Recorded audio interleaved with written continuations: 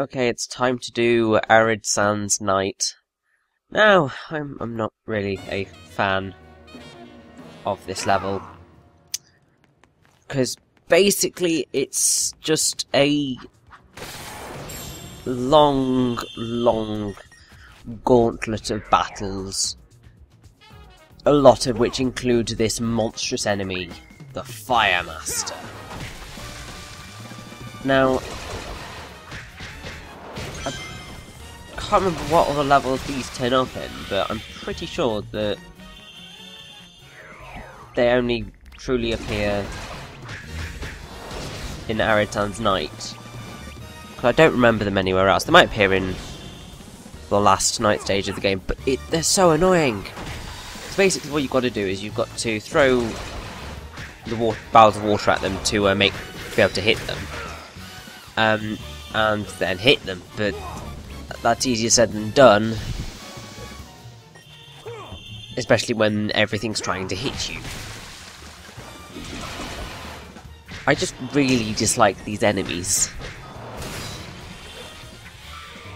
It just, and the fact that they turn up so much throughout this level,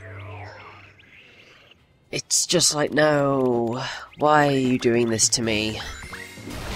Because also, the Fire Master is pretty much the enemy that you want to take care of first, because it's the one that's going to cause you the most grief in the long run. But then it's killing it, and also the fact that they always spawn afterwards, and just... I'm really not a fan of Arid Sands Night. As you will see constantly throughout this level. I mean, Arid Sands Day is alright, because although it's rather difficult, it's still fun to some degree once you have figured out what on earth you're doing. But until that point, it can be a bit of a pain.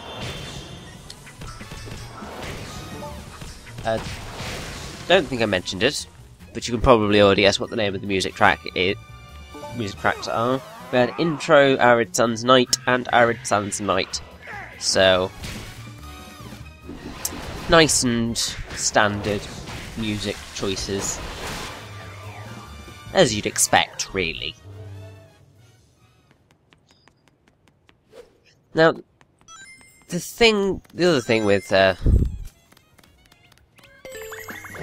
Arid Sands Night is that there are a lot of very enclosed areas.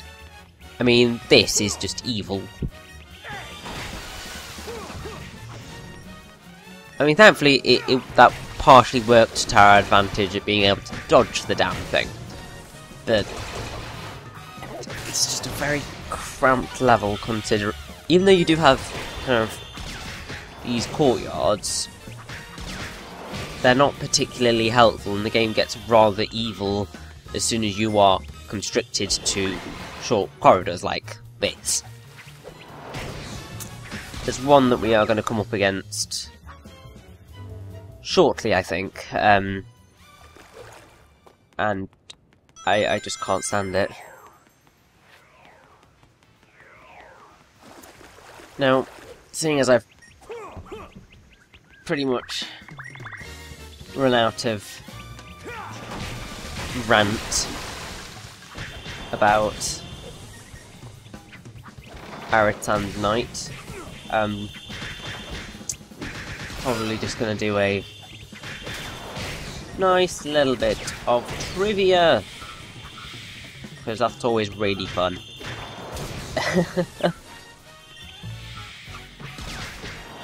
As soon as I can find stuff that's actually vaguely useful. Just a quick note, if you want to get some medals, carry this with you and use it to get the stuff on your way over to before you head over into the next area, because otherwise you will miss it all.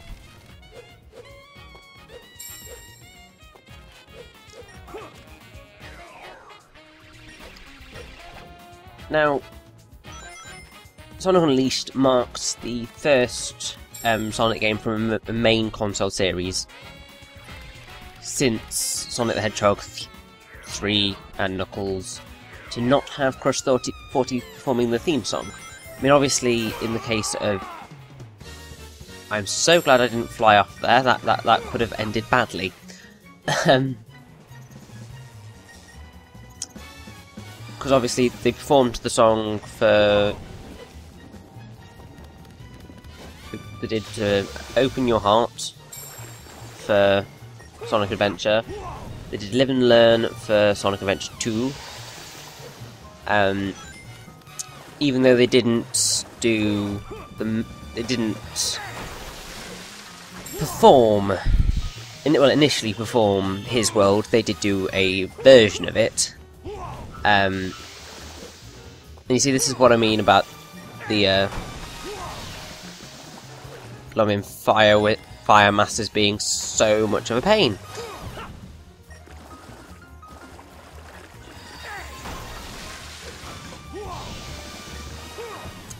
It's infuriating.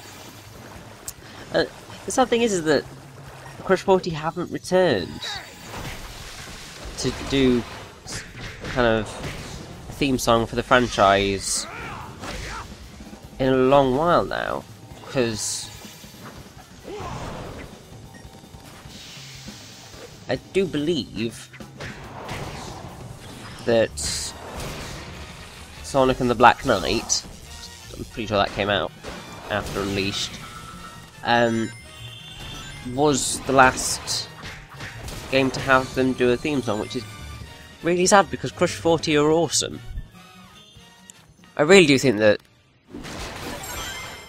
Sega should have made them do, well, asked them politely to do the theme song for Sonic Generations, because that's what I think that's one of the things that game was missing. It was missing a theme song, a layout motif, which Unleashed and Colours have done perfectly. Because Unleashed has the World Adventure, which is an amazing song, and Colours has Reach for the Stars. Now, here's the room I despise, because we have the evil Fire Masters, who, as I have previously mentioned, are evil, and we also have Red Killer Bees, which are what I would say are the most difficult enemies to kill in the game. They're also the most dangerous enemies. Because they hit you, they will take off a huge amount of your health. And seeing as you don't have any stretches of water to land in, the Fire Master is literally going to really hurt. And it's just, on the whole, an incredibly frustrating room that as you will see, I'm going to get very close to dying in.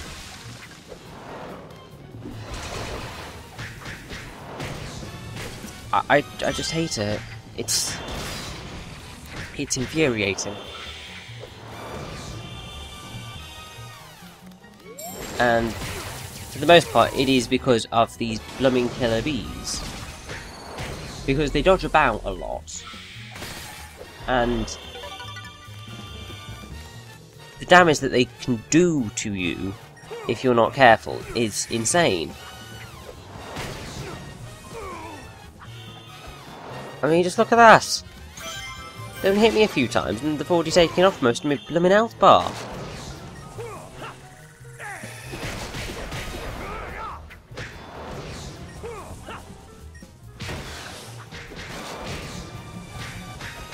It really irritates me. Sonic Unleashed is also the first main series game not to feature Knuckles the Echidna since Sonic 2. Which is shocking now that you think about it, because Knuckles has been in every game since his initial appearance, apart up until Unleashed. And it's also the first console time that Shadow hasn't appeared since Sonic Adventure 2. Well, since Sonic Adventure, but You get the picture.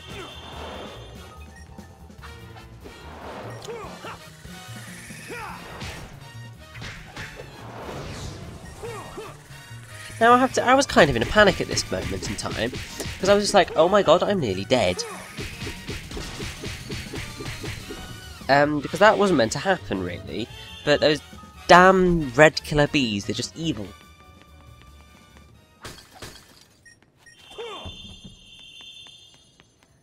But, yeah, basically what you need to do is you need to carry a large collection of stones over to the door to get through.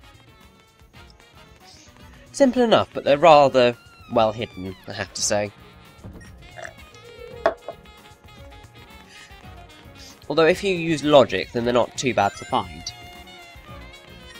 Because it is pretty much, they are in the same colour that they are. They're in an environment that is that colour. So the yellow one is in these yellow covered areas. The green one you can see in the grass there, and the blue one is hidden in the water. So it's a nice little thing. So if you use your brain, then it's not too hard to spot, but the problem comes with trying to use your brain.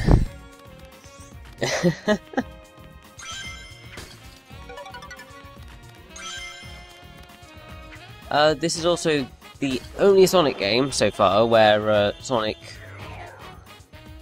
has the Chaos Emeralds throughout the entire game, and he never loses them. Obviously, he places them in the temples, but they are never lost. And Unleashed is unique in that respect.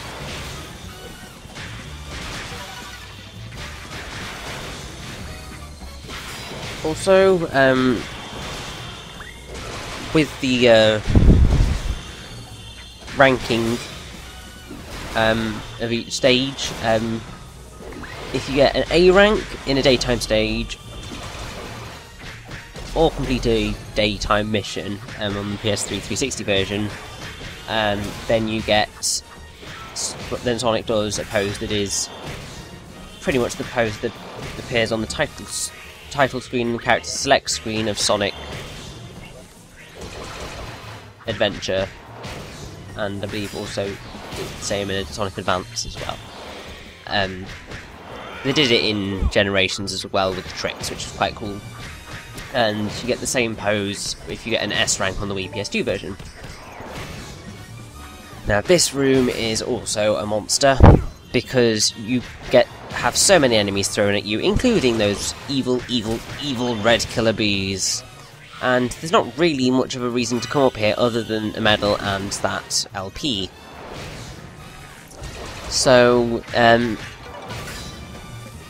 if you desperately want those, come up here and just be prepared to fight for your life. Because the enemies seem never-ending.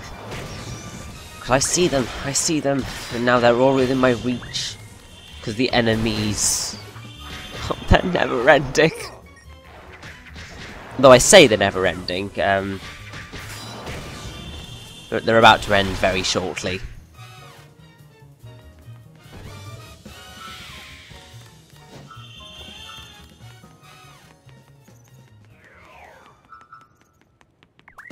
No, what? You took your time, a bit late to the party, aren't you? Useless enemies. Not turning up on time.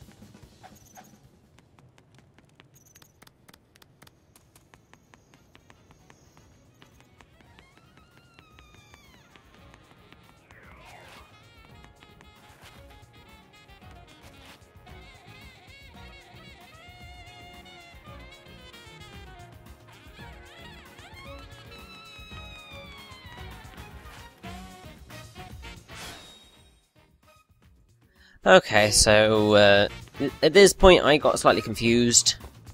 But I wasn't using my brain. Tends not to happen when I'm playing Shaman Knight, because I dislike it.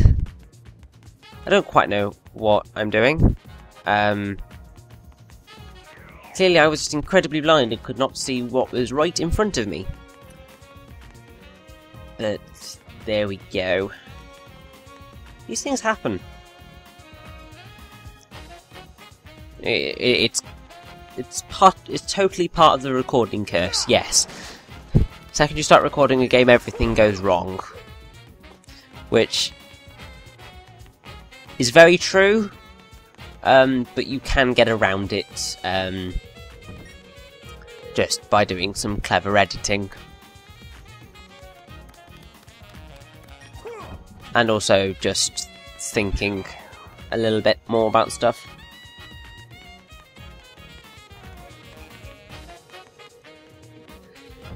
So, now that we have done all of that, we get to leave the city bit.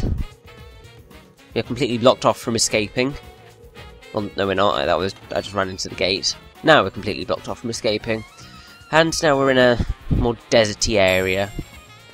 If you miss that sun medal, I'm sorry, but you're more blind than I was in trying to find the stones, really.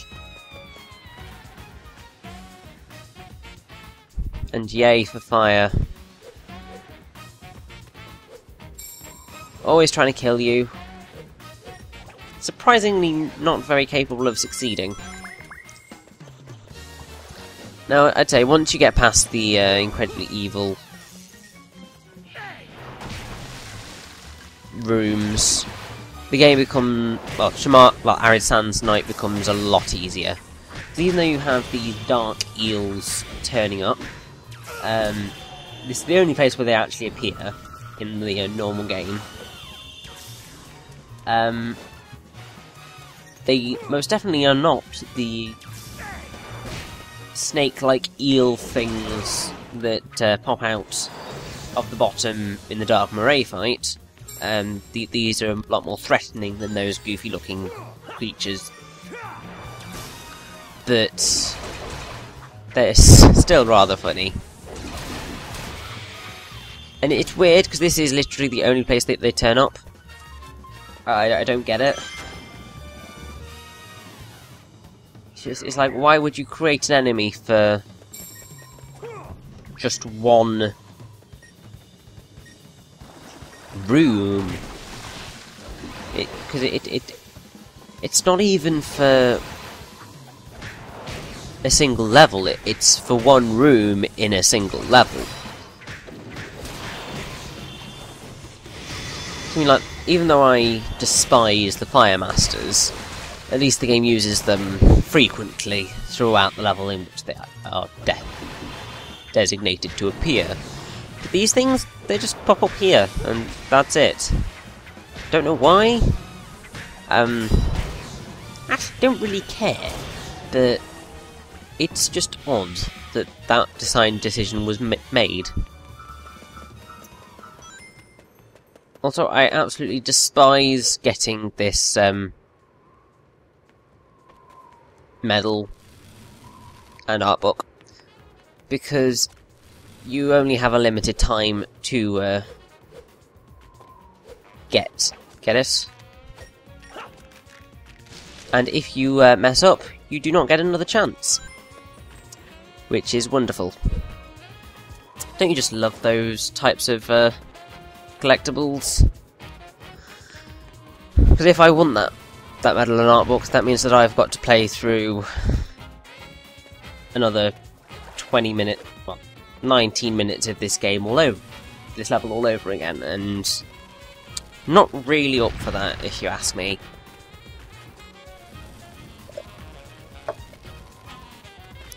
But thankfully, we are actually nearly done. Because all we have left to do is jump up here, go on another murder spree. So I told you this was pretty much just a gauntlet of murdering. And then we are sorted. Also, come off it, that hit him.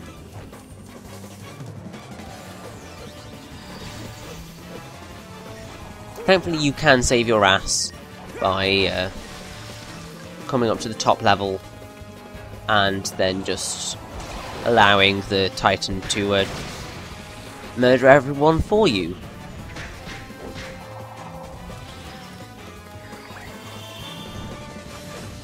So I'm really hoping I actually go and get that art book that I saw over there, but I probably didn't notice it. Yeah, it definitely looks like I didn't notice it. Oh dear. That's a really obvious art book as well. Thankfully I got all but one of the medals. Quite proud of myself for that one.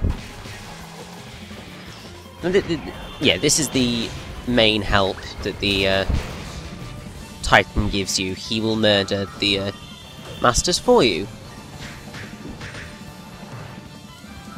And not many enemies will do that for you, because most of them aren't successful at murdering their allies.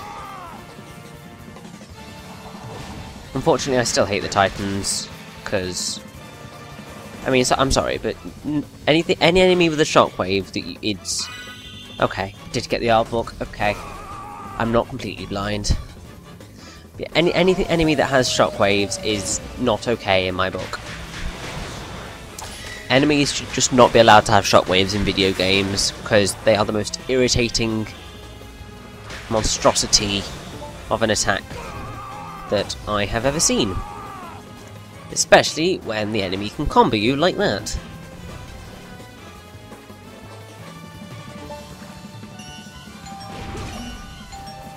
And let's go in for the critical finish! Oh yeah!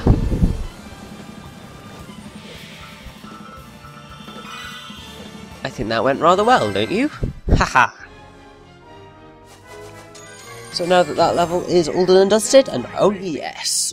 What an awesome S rank. It's time to take on the boss of Shamar. Let's go. Hahaha.